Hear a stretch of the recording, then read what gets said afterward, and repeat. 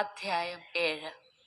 കർത്താവ് നോഹയോട് അരുളിച്ചെയ്തു, നീയും കുടുംബവും പെട്ടകത്തിൽ പ്രവേശിക്കുക.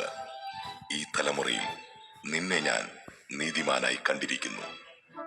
ഭൂമുഖത്ത് അവയുടെ വംശം നിലനിർത്താൻ വേണ്ടി ശുദ്ധിയുള്ള സർവ്വ മൃഗങ്ങളിലും നിന്ന് ആണും പെണ്ണുമായി 7 ജോഡിയും, ശുദ്ധിയില്ലാത്ത മൃഗങ്ങളിൽ നിന്ന് ആണും പെണ്ണുമായി 1 ജോഡിയും, ആകാശത്തിലെ പറവകളിൽ നിന്ന് പൂവനും പിടയുമായി 7 ജോഡിയും കൂടെ കൊണ്ടുപോവുക.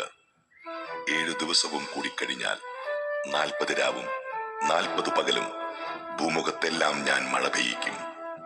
ഞാൻ സൃഷ്ടിച്ച സകല ജീവജാലങ്ങളെയും ഭൂതലത്തിൽ നിന്ന് തുടച്ചു മാറ്റും.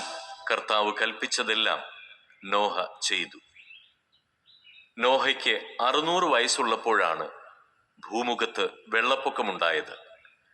വെള്ളപ്പൊക്കത്തിൽ നിന്ന് രക്ഷപ്പെടാൻ നോഹയും ഭാര്യയും പുത്രന്മാരും അവരുടെ ഭാര്യമാരും പെട്ടകത്തിൽ കയറി.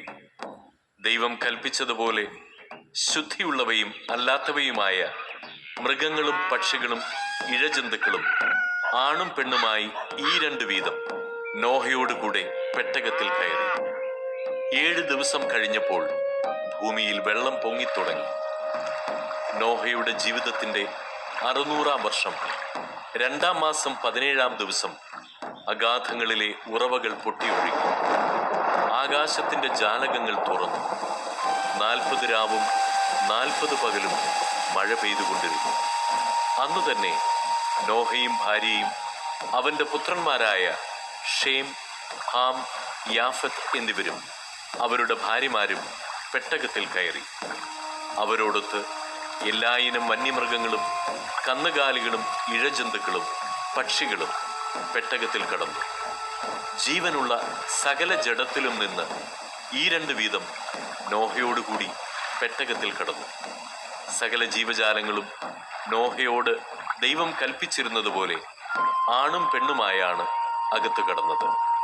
കർത്താവ് നോഹയെ പെട്ടകത്തിൽ അടച്ചു. വെള്ളപ്പൊക്കം 40 നാൾ തുടർന്നു. ജലനിരപ്പ് ഉയർന്നു. പെട്ടകം പൊങ്ങി ഭൂമിക്ക് മുകളിലായി. ഭൂമിയിൽ ജലം വർദ്ധിച്ചുകൊണ്ടേയിരുന്നു. പെട്ടകം വെള്ളത്തിന് മീതെ ഒഴുകി. ജലനിരപ്പ് വളരെ ഉയർന്നു. ആകാശത്തിന് കീഴെ തല ഉയർത്തി നിന്ന സകല പർവ്വതങ്ങളും വെള്ളത്തിനടിയിലായി. പർവ്വതങ്ങൾക്ക് മുകളിൽ 15 മുഴം വരെ വെള്ളമുയർന്നു. ഭൂമുഖത്ത് ചരിക്കുന്ന എല്ലാ ജീവജാലങ്ങളും പക്ഷികളും കന്നുകാലികളും കാട്ടുമൃഗങ്ങളും ഇഴജന്തുക്കളും മനുഷ്യരും ചത്തൊടുങ്ങി. കരയിൽ വസിച്ചിരുന്ന പ്രാണനുള്ളവയെല്ലാം ചത്തു.